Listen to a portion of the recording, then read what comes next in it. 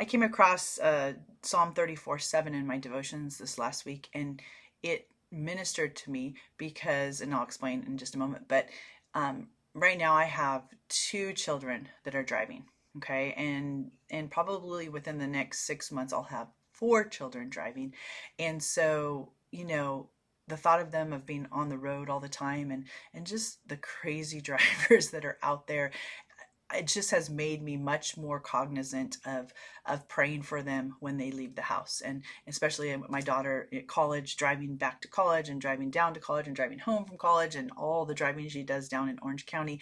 I just think of her often, and I pray for her.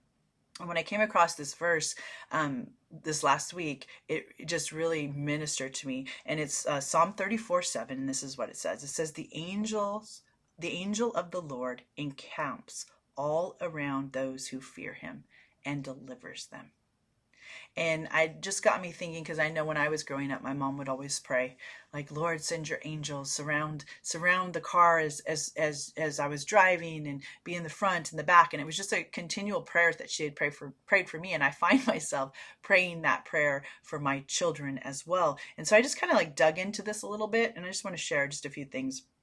First of all, the angel of the Lord. Okay. And I immediately, when I read that, I thought of Psalm 91, verse 11, that says this: for he shall give his angels charge over you to keep you in all your ways. You see, it's God who sends his angels out. They are ministering angels. They are ministering spirits. That's what it says in Hebrews 1. Ministering spirits that he sends forth to minister to those who will inherit salvation. All right. He literally sends them out.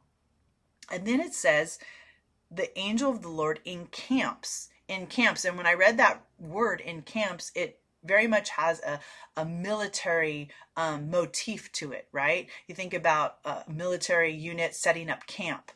And so as I looked at that, I looked up the verse, or it reminded me of something in Second Kings, so I looked it up. And if you remember, in Second Kings chapter 6, it's when Syria comes to attack Israel, okay?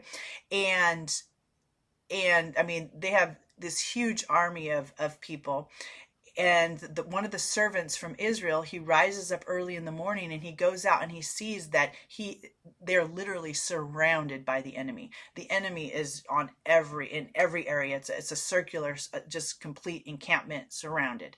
And he's freaking out. He's like, what do we do? What do we do? And Elisha says, don't worry. Don't fear. Like, don't worry. Don't you realize that those who are with us are more than those who are with them? And the servant, like, that doesn't really actually encourage or comfort the servant that much. And so then Elisha prays, and he prays this beautiful prayer. And he basically, he says, Lord, just open their eyes, open his eyes, that he could actually see, that he could actually glimpse your provision and your protection. And then after he prayed, the servant opens his eyes, and he realizes that he is surrounded by horses and chariots and fire all around, and that God has sent forth his warring angels to fight this battle on behalf of Israel. And I just love the imagery there, because that is our God. And he sends forth these ministering angels as we call upon God and we ask him to do this. And then I came across another verse, and I just want to share this and I'll end with it. Matthew 18:10, it says this: take heed that you do not despise one of these little ones, for I say to you that in heaven their angels always see the face of my Father who is in heaven.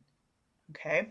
And that word there, T-H-E-I-R. Okay. This is where a lot of times people have mistakenly come under the belief that every believer has a guardian angel, okay, because of this word there. But that's not exactly what it's saying here. That word there, the pronoun, is more collective. And what I mean by that is this: is that it's not that each believer has their own individual angel. The idea or concept is more this, that angels are actually there to serve us. Okay, that God sends forth his angels, plural, to serve us. So there is, think more possessively, okay, or collectively than just individualistically. All right.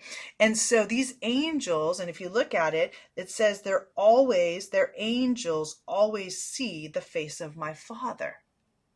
So this is a picture of the angels. They're literally sitting there and they're always looking towards God.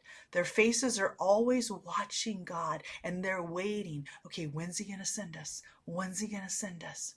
And when he sends us, he sends all of them. He sends them. Okay, remember when Jesus was talking to the religious leaders, and he's like, don't you realize that at any moment I could put a stop to this? At any moment I could call and a legion of angels would be at my disposal.